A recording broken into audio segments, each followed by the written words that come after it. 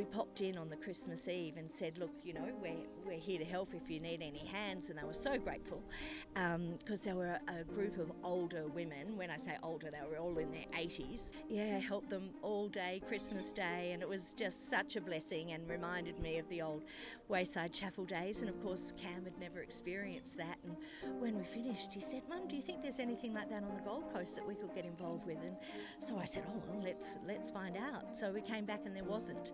So we just started it, and that was now, it's 17 years ago.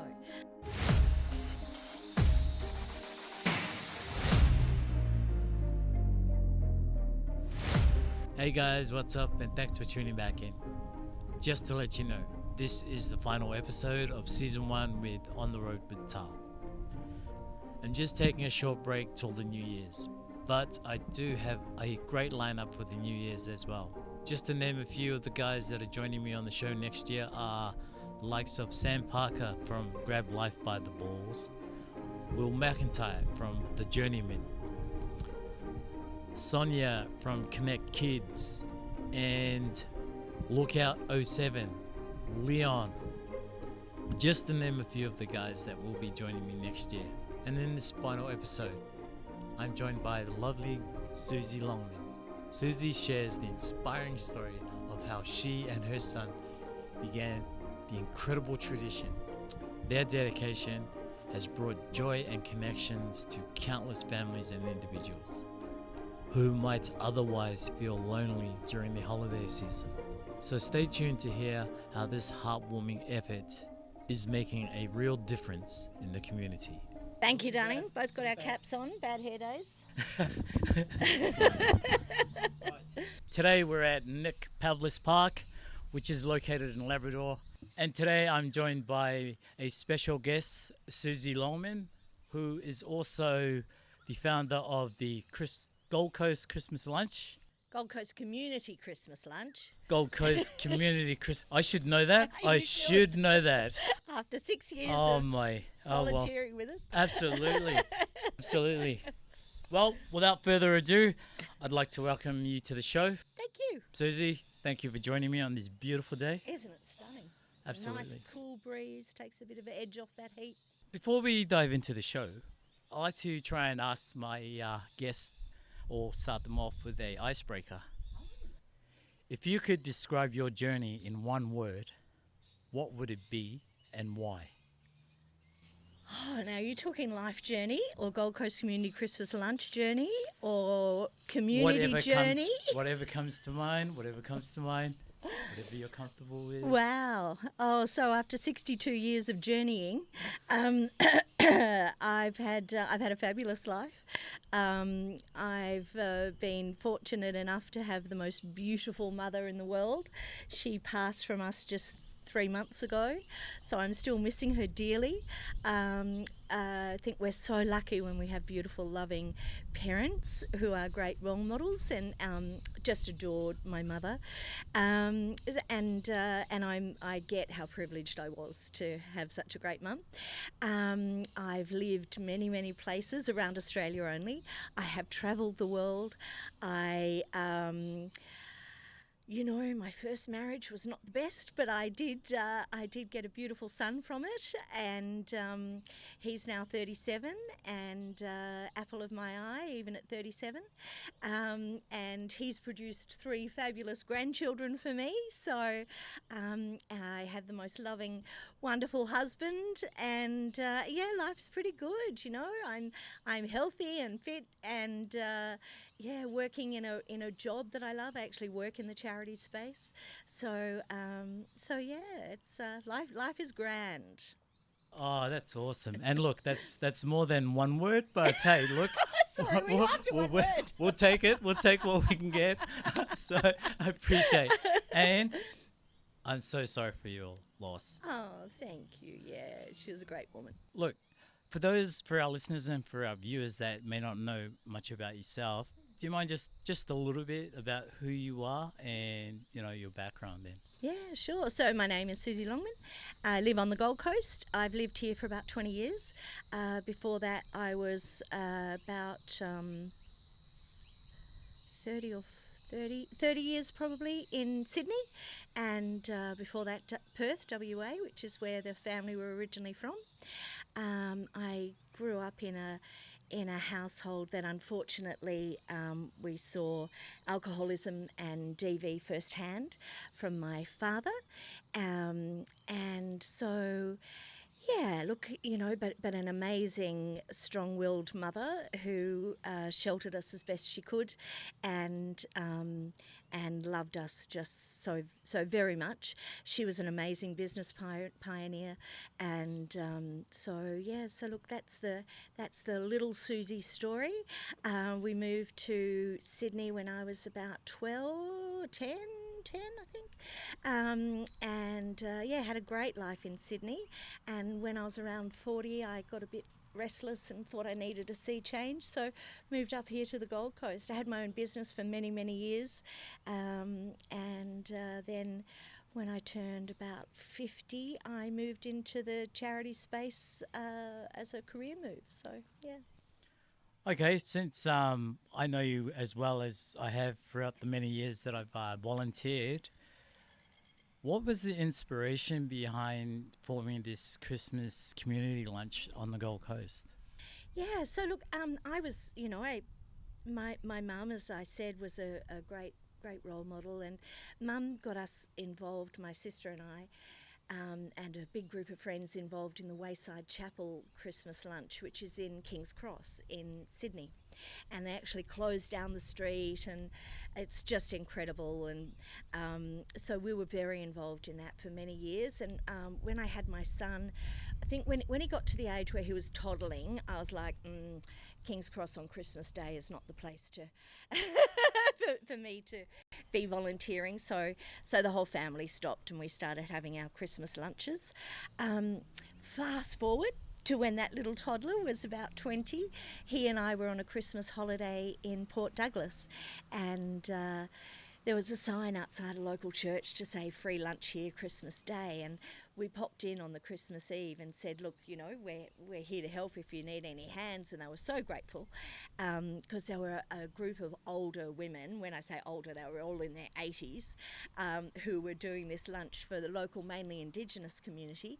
And so my son Cameron and I got stuck in and helped them all day Christmas Day, and it was just such a blessing and reminded me of the old Wayside Chapel days. And of course Cam had never experienced that, and when we finished he said, Mum, do you think there's anything like that on the Gold Coast that we could get involved with? And so I said, oh well, let's find out. So we came back and there wasn't.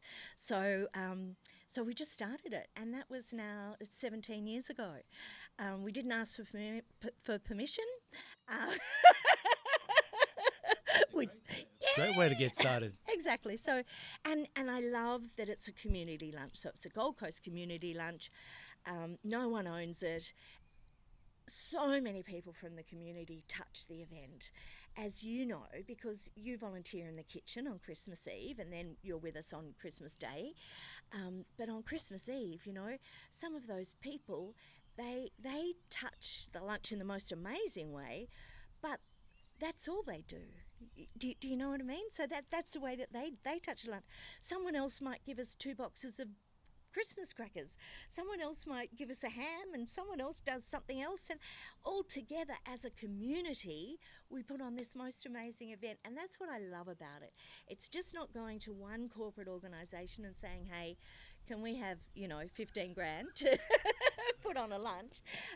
It's actually getting the community involved. And I think that really resonates well with people. Yeah, absolutely. Because even for myself, now that I moved away from the Gold Coast, I still make it an effort to come back, and I love it. I love the event because it's what you do on Christmas. Yeah, right? absolutely. I might not be able to spend time with my family. I wish they were all here, but I'm happy to make new family members, along the way in volunteering. So I'm grateful for those opportunities I get. So with that being said, you would have had so many experiences of Christmas miracles, or whatever you want to call it. What are some of the highlights for you over the years? Look, I think that there's lots of different ones. I think the way that the experience touches our volunteers is just beautiful, because for so many of our volunteers, if they've never worked with us before, most of them have only ever known a family Christmas where they're at home, you know, with the roast or the barbecue chicken or the barbecue, you know, whatever they do, and the family around. And maybe they haven't even given a thought to those that don't have that. And, you know, last year we did 1,500 meals on Christmas Day. Yeah, it felt busy, didn't it? But that's how many meals we did. And so these are families who are broken. Some of them are families who just, you know, can either afford to feed their kids or for Santa to come, not for both. Some of them can afford neither of those. We have a lot, like hundreds of older Gold Coasters join us. They're just lonely. They live next door to you and me. They're just out there in the suburbs. They are just lonely, and it's another day that they spend at home alone, because, you know, even Meals on Wheels don't operate Christmas Day, Boxing Day. So there's no one connecting with them. So I think the way that it affects volunteers is beautiful. You would know at the end when we get all the volunteers together, and you know, there's always tears and hugs and all of that sort of stuff, just because of the love and joy that's shared on the day. I think a beautiful volunteer, Bronte, a few years ago, she was looking after a family, because that's what we do. We get our volunteers to adopt a family for the day and look after them and feed them and get their gifts and all of that sort of stuff, and made sure that they're looked after. And Bronte was looking after this family and had a little girl, and the little girl was crying because Santa hadn't found her house. That's the story that she was told, and she had asked Santa for a Barbie doll, and all of our gifts are pre-wrapped, you know, by our team, and they're just in age groups. So Bronte went and grabbed her something and said, "Look, you know, Santa left this here for you, you know." It was a Barbie doll. Did you get tingles? Yeah, and she was just so excited and so just full of that joy of Christmas, you know, and just that whole, you know, that love. I know not everybody's into Santa, and but for a little one like that who hasn't got much and just wanted that one thing for that one time of the year, and it was able to happen, and things like that are just beautiful. I know, you know, one year we picked up this beautiful old lady. We'll call her Cynthia. And Cynthia lived in Currumbin, and she rang me a few times before Christmas, because we also offer transport, because feeding 1,500 isn't enough. We've got to get them there, right?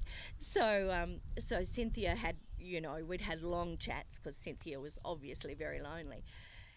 And we have this beautiful volunteer called Sean, who brings his lovely Jaguar every year to pick up people, and this beautiful British racing green Jaguar with the lamb's wool seat covers and all of that. And he went and picked up Cynthia. And I happened to be in the driveway when Cynthia arrived, and I opened the door, and she went, "Oh, Dale, you sent me a bloody limo," you know. And she was just, but it was over 30 years since she had shared Christmas with anyone. Now, this is just an older woman living in Currumbin, and for over 30 years she'd had Christmas Day on her own. And I'm sure that she had beautiful neighbours, but it just didn't pop into their head, probably, to make sure that Cynthia was okay on Christmas Day. So Cynthia had the best day, chatted to everybody. I saw her dancing. She got gifts, she got fed, and then she gave me $5 on her way out to thank me, which was just beautiful. But there's all of these stories, you know, and some of the older people who join us, they could afford to probably take you and I to the Sheraton, if the truth be known. I don't care. You know, I just don't want people spending Christmas Day at home without a visit from Santa. So Santa gifts to everybody at our lunch, not just the children, to the adults as well. You know, we've got dads who, you know, who've split from their partner and children during the year. So, you know, it's dad's first year without his children. So they come and have the day with us, you know, and it's very emotional for them. But you know, if we can take their mind off that for a few moments with our amazing entertainment and, you know, a gift of some description, it's just lovely. And so, yeah, I'll stop talking. I'm sorry, No, darling. it, I could talk about that's this okay. stuff all Honestly, day. Like, it's just beautiful. it is. Absolutely, it is. Yeah. One of the things I did notice that for some of the volunteers, they managed to bring their young ones along, maybe their grandkids and that. And I think that's such a great thing that's probably missing with understanding the how volunteering has a huge impact on those that volunteer. Because for me personally, just quickly, was that I was used to, as you mentioned earlier, we all spend time Christmas Day with our family members. You know, you eat, you drink, and whatever Fall else asleep, goes yeah. on. Yeah. And I realized that I've always done that for so many years. And I thought, man, I'd love to really do something different. And when I started reaching out, true story, I gave myself 1 month to find something where I could volunteer. And on the 30th of November, no, on the 27th of November, Yeah.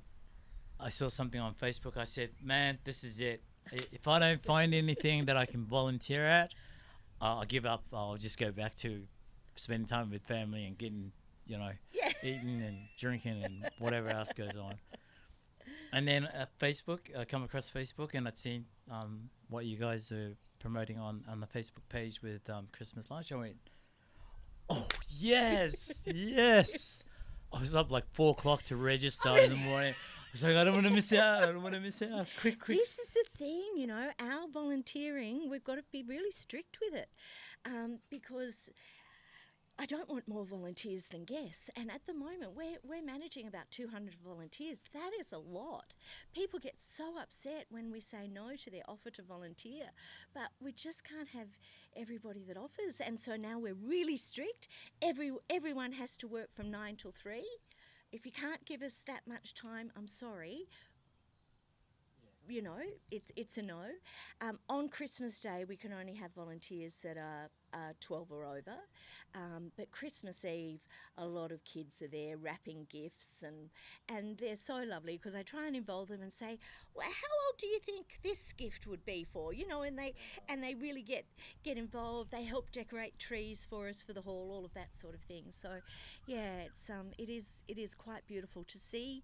You know, as a grandmother myself now, to see the grandparents bringing their grandchildren along to volunteer on Christmas Eve to wrap gifts and sort things and, you know, set the tables and all that sort of stuff. It's really special, isn't it? Yeah, It's absolutely, gorgeous, absolutely. yeah. I've never seen the wrapping presents side of 'Cause things you're always yet. in the kitchen. Yeah, I mean, you know, I go where the food is. but other than that, can you just quickly give us a breakdown of what happens, from Christmas Eve to Christmas Day, just to give the viewers a fair idea of, Yeah, sure. So of course, and also registration, like yeah, the whole. for volunteers. Yeah. So to attend the lunch, you don't have to register. We're all volunteers, so we just don't have the logistical capability to worry about registrations for people who are attending the lunch. So, Chris, we start work in about August, getting everything together. On Christmas Eve morning, at what time do we normally start in the kitchen? 8:30. 8:30. Yeah. So I start there and welcome everybody and do say you could probably do my spiel for me now that you've done it for 6 years. Just welcome everyone, and the beautiful people at Parkwood Golf Club give us their kitchens and their head chef, which is just amazing because we're doing a couple of 100 kilos of potatoes.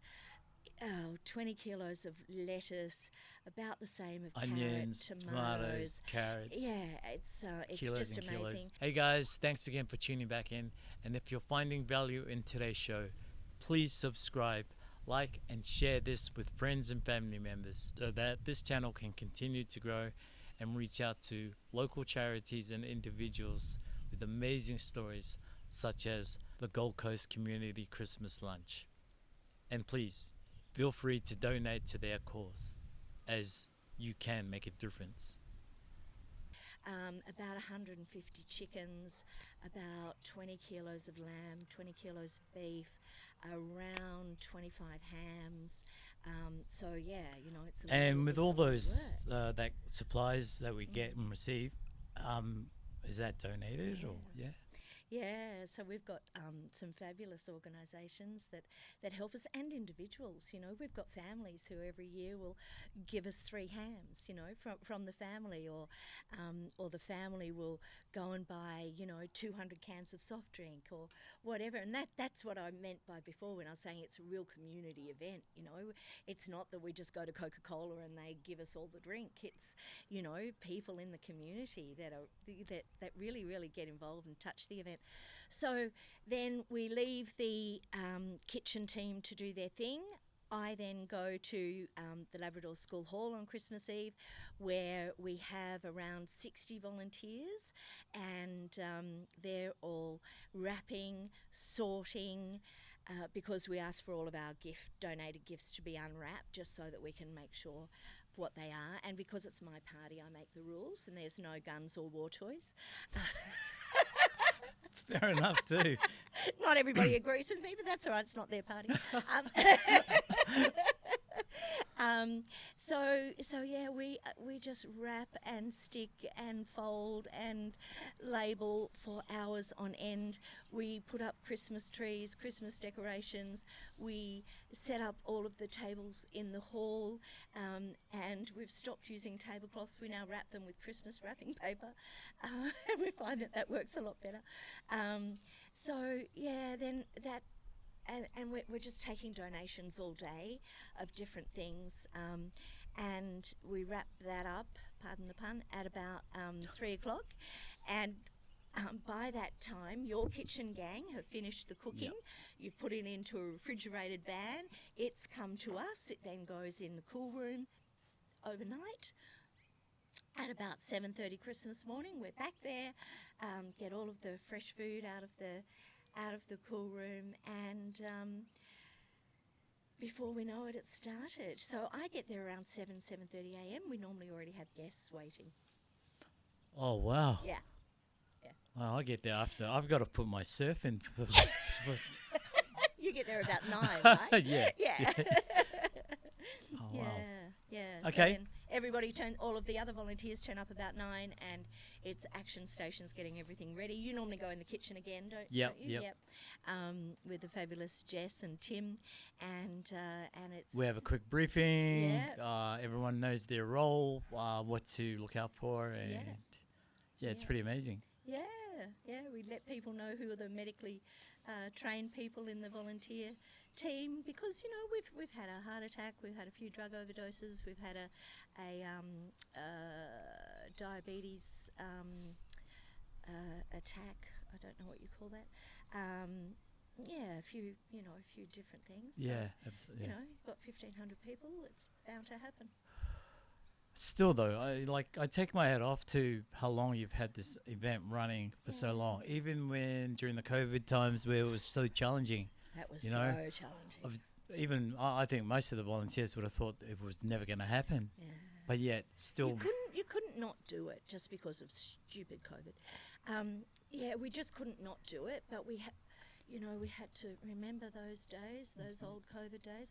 We had to separate the guests that were jabbed from the guests that weren't jabbed, the volunteers that were jabbed from the volunteers that weren't jabbed, so only the volunteers that weren't jabbed could work with the guests that weren't jabbed, and vice versa. It was just ridiculous. But the saving grace of COVID was that until COVID, we always did a hot meal. Remember, you were baking pumpkins and potatoes and all of that sort of stuff.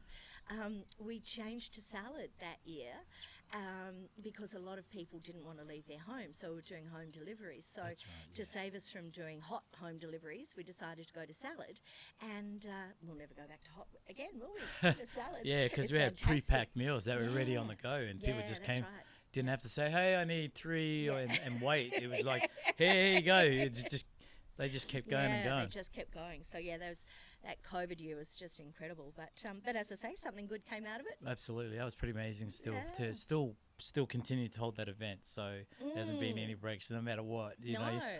And see, the first year, I think we had about 280 people. And I remember my son and I both going, oh, wow, this is a lot of people. Like, who would have thought this many people would want to join us on Christmas Day, you know, and all that sort of stuff. And, 1,500 last year. So, What was it like in the first year when you started then? we didn't know what we were doing. Yeah, it was fantastic. Wow. Looking back at that time. I mean, Department of Health, lucky it was a long time ago, but I had women in kitchens all around the Gold Coast cooking, half a dozen chickens each or turkey legs or whatever, and people just running around collecting the food on Christmas Eve, and it was pretty amazing. So we've grown a lot from those times. Yeah, but, absolutely. God bless those ladies. Yeah, I mean, they literally set the standard of Absolutely. let's it's get beautiful together. because it was real home cooked meal those years, the first couple of years, and then we lifted our game. Yeah, absolutely. I mean, we've got a 5-star quality kitchen now that we work at, so it's like, oh, okay. We've really lifted the standards. Absolutely. Okay, then, so for our listeners and the viewers, Yep.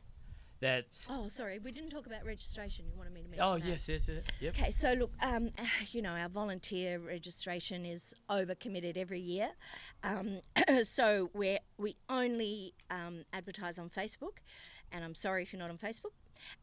Gold Coast Community Christmas Lunch. We are all volunteers. We did have a website for a few years, but we just couldn't maintain it.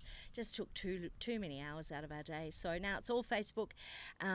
7 a.m. on the 1st of December is when our registration opens, and there's a link there. You fill in the link, press the go button, and it's first in, first served, or first 200 in, first 200 served, for Christmas Day and Christmas Eve. Look, and we are very unique because we're not a registered charity or anything, right? We need to cover our costs. We have, insurance, and all of our volunteers get a T-shirt, all that sort of stuff. So I think we're pretty unique, and we actually charge people to volunteer with us, $25, and I'm yet really to have a complaint about it. People just understand that this stuff costs money, and so they're just so giving, so generous, and just amazing. They bring their own eskies because we never have enough. They bring their own trestle tables because we never have enough. They, and they pay for the privilege. So, I feel that we're really quite unique, and once again that just ties that whole community thing in together. And also now it's extended outdoors because of the everyone's bringing gazebos. So now, because it's getting so big, like having it outdoors. Oh, I remember that year when it was raining, and I thought, oh no, what's going to happen? The show must still go on, and it did. Yeah, those gazebos and marquees are fantastic. The school is very, very. It's a fabulous setup that the school has. So, they've got a very big hall, and we put our elderly and disabled friends in there. And then outside on the grass, we have the families and, the young fit ones. So we have camp chairs and picnic rugs and all that sort of stuff set up for them. We normally have a bouncing castle and wandering entertainers. Santa makes a visit. We have hairdressers and nail painters and face painters, and there's not a dull moment. No, not at all. And Mr. Whippy? Well, we haven't had Mr. Whippy for a while, so if there's a Mr. Whippy watching, we'd love to have Mr. Whippy back again. I've got to tell you a funny story, though. We had a lovely Santa for many years, old Ron. He was a professional Santa, and he would come for many, many years. And Ron, Ron has since passed, and he actually willed his Santa suit to Cameron and I. Isn't that beautiful? Yeah. So touching. But Mr. Whippy reversed into a pole and damaged his van, and he was very upset. And we're not insured for Mr. Whippy damaging his pole, and he was pretty upset with us. But Santa, old Ron, Santa was an ex panel beater, so Santa fixed Mr. Whippy's truck. Wow. Isn't that a great story? Yeah, absolutely. Who would have thought Santa was a man of many talents? That's right. Santa fixed Mr. Whippy's truck. So yeah, look, funny things like that happen every year. But Yeah, Yeah. absolutely. That's pretty amazing too. And Orange Sky have also been a part of. Orange Sky have been probably the last 3 years. Do you think? Yeah, 3 or 4 yeah. years? Because it was the first time when I saw them as well. I was like, oh, Orange Sky.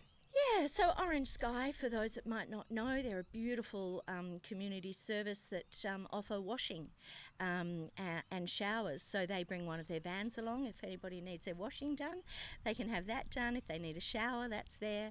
So yeah, pretty incredible, isn't it? Yeah, absolutely. And look, I've really enjoyed this session. This was amazing. And today I was kind of busy. I was up at Redcliffe. I was with some other member who's going through his own challenges with what he's doing too for the community at Redcliffe, and to now have this opportunity to hear your side of the story of where it all started, from the church and extending to what you and Cam built throughout the years. It's also an honour to be a part of. Yeah. So I'm grateful for We that. couldn't do it without people like you. If it was just Cam and I, there'd be no lunch. So Yeah. it Yeah. takes a village to run a big Christmas Day lunch, trust me. But yeah, it's a beautiful thing. And if anyone would like to help us out, I'm sure that you can put them in touch with me. Yeah, and, yeah, absolutely. Because yeah. I'll add all the details and the Yeah, links that's in great. the description, Yeah. so everyone can get in. And Yeah, if we're you- always after donations. Doesn't matter if it's Christmas crackers or, Yeah. or Yeah, gifts absolutely. or soft drink or whatever it is. We're open. Okay, And so and the beautiful look. Can Yeah. I told you I could talk about this all day. absolutely, I don't mind. But another beautiful way that we see the community to come together is that the mosque at Arundel, the women of the mosque at Arundel, they cook us the most beautiful, massive esky full of a chicken curry with rice every year. And we do have some halal people who join us, so then it's halal food for them. But all of our guests love a little takeaway curry after their Christmas lunch. So, and it's just beautiful. It's just another thing, And the Indian community this year have gotten together, and they're paying for the hiring of our truck that we need to do all the running around a few days before. Anyway, the community is just amazing. And while Cam and I are seen as the leaders, we're just the conductors. We just do this and everything seems to come together.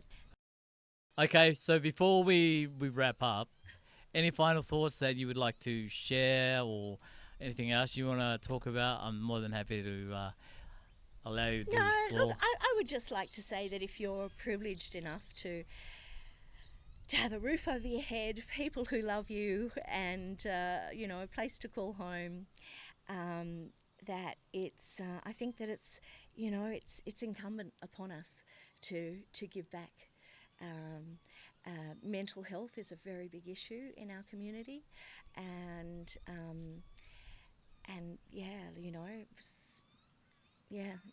I just think that if you are able-bodied and willing and fit and healthy, please get involved in your community somehow. Doesn't matter what it is, just get involved. You can make a difference. Suzy, thank you for joining me on the show today. Thank you for the wealth of knowledge that from the beginnings of where it all started to where we are today. And also, everybody, if you are feeling alone this Christmas, please, Labrador, we hold the event at Labrador State School from 11 till 2. Please, everyone is welcome. Yeah, we're all family. Yep. On Christmas Day, we're all family. Absolutely. So, Sue, thank you again. Thank you, darling. I really enjoyed this. No worries. Bit more of an in-depth conversation than our annual hug on Christmas Eve morning. That's all right. That's all right. That's what I wanted people to see anyway. So I appreciate your time. Thank you.